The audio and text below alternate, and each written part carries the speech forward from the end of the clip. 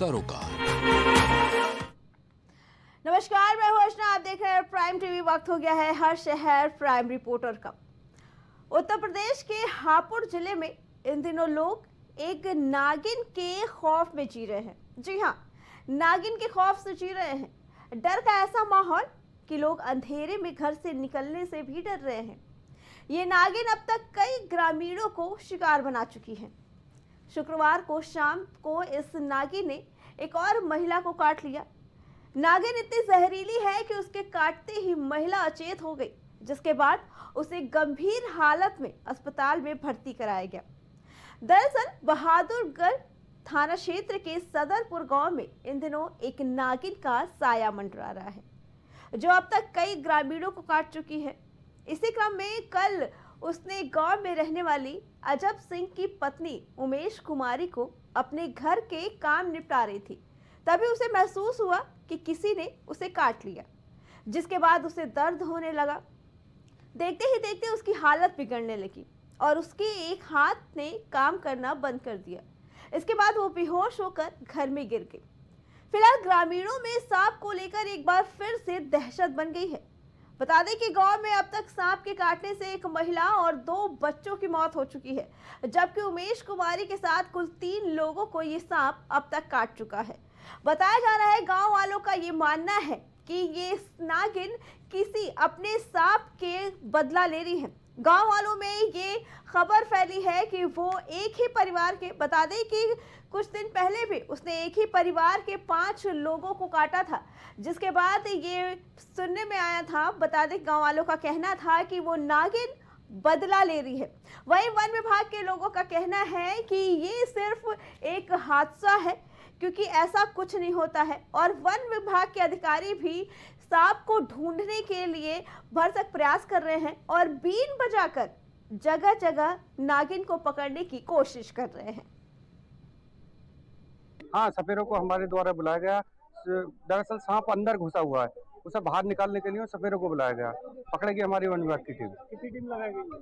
4 टीमें वन विभाग की लगाई गई हैं, पुलिस प्रशासन साथ में है और सपेरों की पूरी टीम आई है। 4 सदस्यीय टीम है। क्या सर अभी तक सांप देखा गया है वन विभाग की टीम से? हाँ, सुबह सांप एक दीवार में देखा गया था, अब उस दीवार को भी हटाया गया। क्या लग रहा है किस प्रजाति का सांप है, किस तरीके का? अब ये तो रेस्क्यू करने के बाद ही किस प्रजाति का पता लगेगा। तो वहीं ज्ञानवापी मामले में हिंदू पक्ष को एक बड़ा झटका लगा है। हिंदू पक्ष की संपूर्ण ज्ञानवापी परिसर के अतिरिक्त सर्वे की अपील पर कोर्ट ने अपना फैसला सुना दिया। कोर्ट ने हिंदू पक्ष के अतिरिक्त सर्वे की मांग को खारिज कर दिया है। कोर्ट ने कहा कि ज्ञानवापी मस्जिद में ना तो सर्वे होगा और ना ही किसी तरह की कोई खुदाई होगी।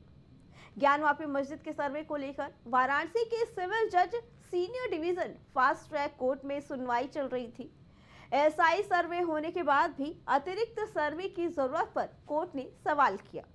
8 महीने तक इस मामले की सुनवाई चली थी, जिसके बाद अब इस पर फैसला आ गया है। हिंदू पक्ष अदालत के फैसले से संतुष्ट नहीं है और मामले को लेकर हाई कोर्ट में जाने की तैयारी कर रहा है। कि माननीय न्यायालय ने हमारी जो एडिशनल सर्वे की एप्लीकेशन दी गई थी पूरे ज्ञानवापी परिसर का संरक्षण करने के लिए एसआई, उस एप्लीकेशन को कोर्ट ने खारिज कर दिया है। अगला फैसला आप लोग का क्या रहेगा? अगला फैसला इस आदेश के विरुद्ध हम लोग उच्च न्यायालय में जाएंगे। क्या आधार रहा खारिज करने का? अब आधार तो पढ़ा नहीं गया, अभी नहीं बता सकते। क्या आप लोग मांग क्या थी आप लोग की? केवल यह है कि हमारी एप्लीकेशन खारिज हो गई। ऑपरेटिव पोर्शन पढ़ करके मैं बता रहा हूँ, पूरा आदेश पढ़ा नहीं गया है, पूरा आदेश पढ़ा जाएगा और निर्णय लिया जाएगा। क्या किस तरह की याचिका थी, किस मामले पर सुनवाई थी, किस पे फैसला आया था, क्या मांग किया था आपने? हमने मांग यह किया था कि पूर्व में जो एएसआई सर्वे हुआ था और जो आख्या फाइल की गई थी वह इस न्यायालय के आदेश दिनांक 8/4/2021 के अनुपालन में नहीं था। 8/4/2021 में न्यायालय द्वारा स्पष्ट रूप से आदेश दिया गया था कि एएसआई 5 लोगों की एक टीम बनाएगी जिसमें एक अल्पसंख्यक वर्ग का व्यक्ति भी होगा और किसी सेंट्रल यूनिवर्सिटी से आर्कियोलॉजिकल सर्वे का एक्सपर्ट भी मंगाया जाएगा। इन सभी लोगों के द्वारा मिल करके सर्वे किया जाएगा और रिपोर्ट दिया जाएगा। जबकि पूर्व में जो रिपोर्ट दी गई है एएसआई के द्वारा, वो केवल एएसआई ने किया है, इस प्रकार की टीम फार्म ही नहीं की गई। इसलिए 8/4/2021 का जो आदेश हुआ है, जिसे माननीय उच्च न्यायालय ने भी कंफर्म करते हुए इस न्यायालय को आदेशित किया था कि यदि पूर्व में एएसआई की आख्या जो है वह 8/4/2021 के आदेश के अनुरूप नहीं पाया जाता है तो एडिशनल सर्वे के लिए कोर्ट आदेश करेगी। इस आदेश का इस न्यायालय ने मेरे अभी तक संज्ञान में जो आया है, जो ग्राउंड शो आया है, उसका उल्लंघन किया है और यह आदेश गलत। तो वही भाकियू के शिक्षक प्रकोष्ठ का गठन करने के लिए भाकियू प्रवक्ता राकेश टिकैत शामली पहुंचे। शामली में उन्होंने एक प्रेस वार्ता की। प्रेस वार्ता के दौरान उन्होंने कहा कि 26 अक्टूबर को पंजाब के किसानों ने पराली को लेकर बंद का आह्वान किया है। सरकार पराली पर रोक लगा रही है। मांग करते हैं कि बगैर पराली के चावल कैसे पैदा होगा। हमें सरकार टेक्नोलॉजी बता दे। पराली का निस्तारण सरकार को करना चाहिए। यदि कोई किसान पराली को जला भी लेता है तो प्रदूषण होता है, मगर इसका उपाय सरकार बताए, किसान नहीं। हम उस पर काम करेंगे। उन्होंने कहा कि धान कम रेट में बिक रहा है, रेट बढ़ने चाहिए। भाजू कट को लेकर उन्होंने कहा कि अधिकारी किसानों की बात सरकार तक पहुंचा दे। जब कट से लोग उतरेंगे तो यहाँ उद्योग धंधे विकसित होंगे और क्षेत्र का भी विकास होगा।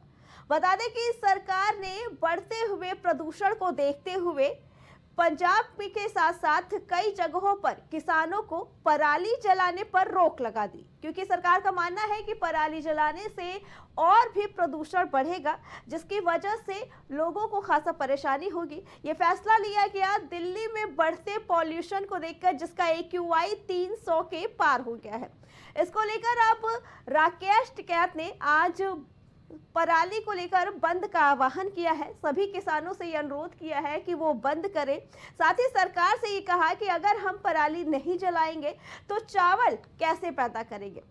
प्रेस वार्ता में आगे राकेश टिकैत ने यह भी कहा, सलमान खान के मसले पर भी बोला। उन्होंने कहा कि सलमान खान को लॉरेंस बिश्नोई गैंग से माफी मांग लेनी चाहिए, क्योंकि काला हिरण उनके लिए देवता समान है और उन्होंने उसका वध किया था, जिसकी वजह से वो नाराज है। तो सरकार पराली जलाने पर मुकदमा कर रही और हरियाणा ने तो ये भी कहा कि उसकी 2 साल तक फसल नहीं बिकेगी। बगैर पराली के धान कैसे पैदा होगा, वो टेक्नोलॉजी हमको भी बता दो भाई। धान तो सरकार ने ले लिया, पराली का क्या करे, उसको सरकार उठा ले। उसका निस्तारण का सवाल है हमारा, वो सरकार करे। किसानों को गेहूं बोना है, खेत खाली करने और जला नहीं रहा, वो तो पूरा घास में जाता है। जो नीचे की जड़ है वो जला रहा होगा, पूरा खेत जलाता ही नहीं किसान। पराली के धुएं से प्रदूषण फैल रहा है सभी महानगरों में, दिल्ली में। अरे महानगर में जाकर पराली का धुआं, इस टाइम पे क्लाइमेट चेंज होता है, ऊपर ठंड होती है, नीचे गर्म रहता है, वो धुआं इंडस्ट्रीज का भी है।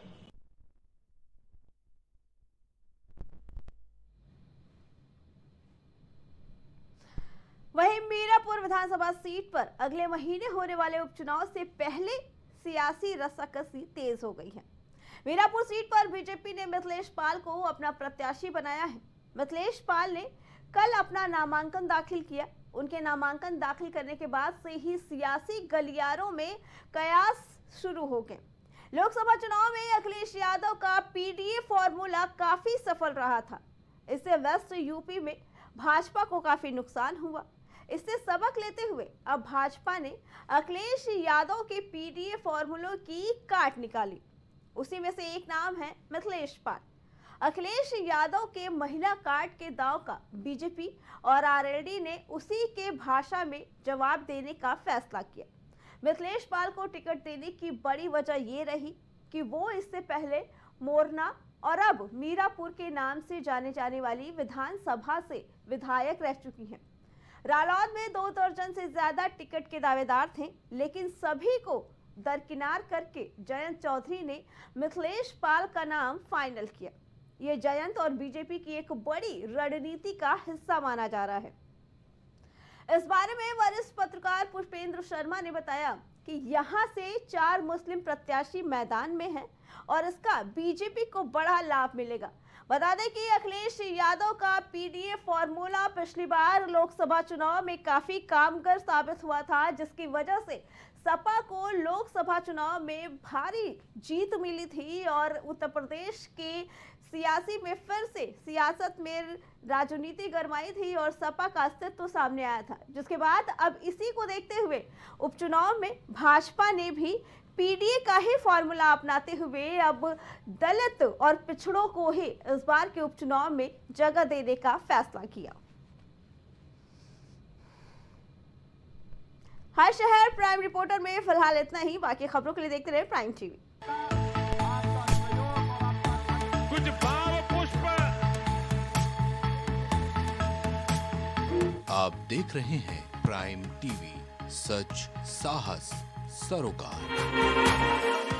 हौसला चाहिए तो छूने का, फासले 1-2 कदम होंगे। हवा में अमन की खुशबू उड़ाए वो हवा हूँ मैं, इधर बिखरी उधर बिखरी पड़ी है इश्क की टूटन।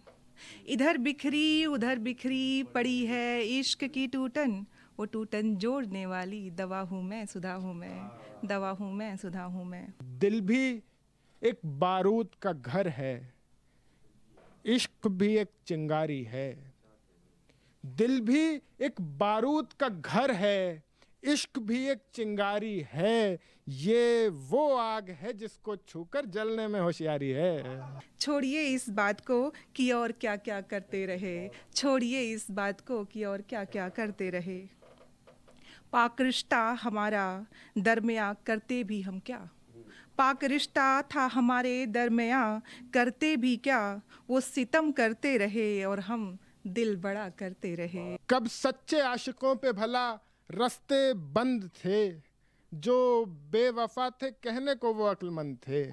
कदम 2 कदम साथ चलकर तो देखो, कभी घर से बाहर निकल कर तो देखो, कभी घर से बाहर निकल कर तो देखो। और ये क्या सिर्फ फानूस में जल रहे हो, चरागों हवाओं में जलकर तो देखो।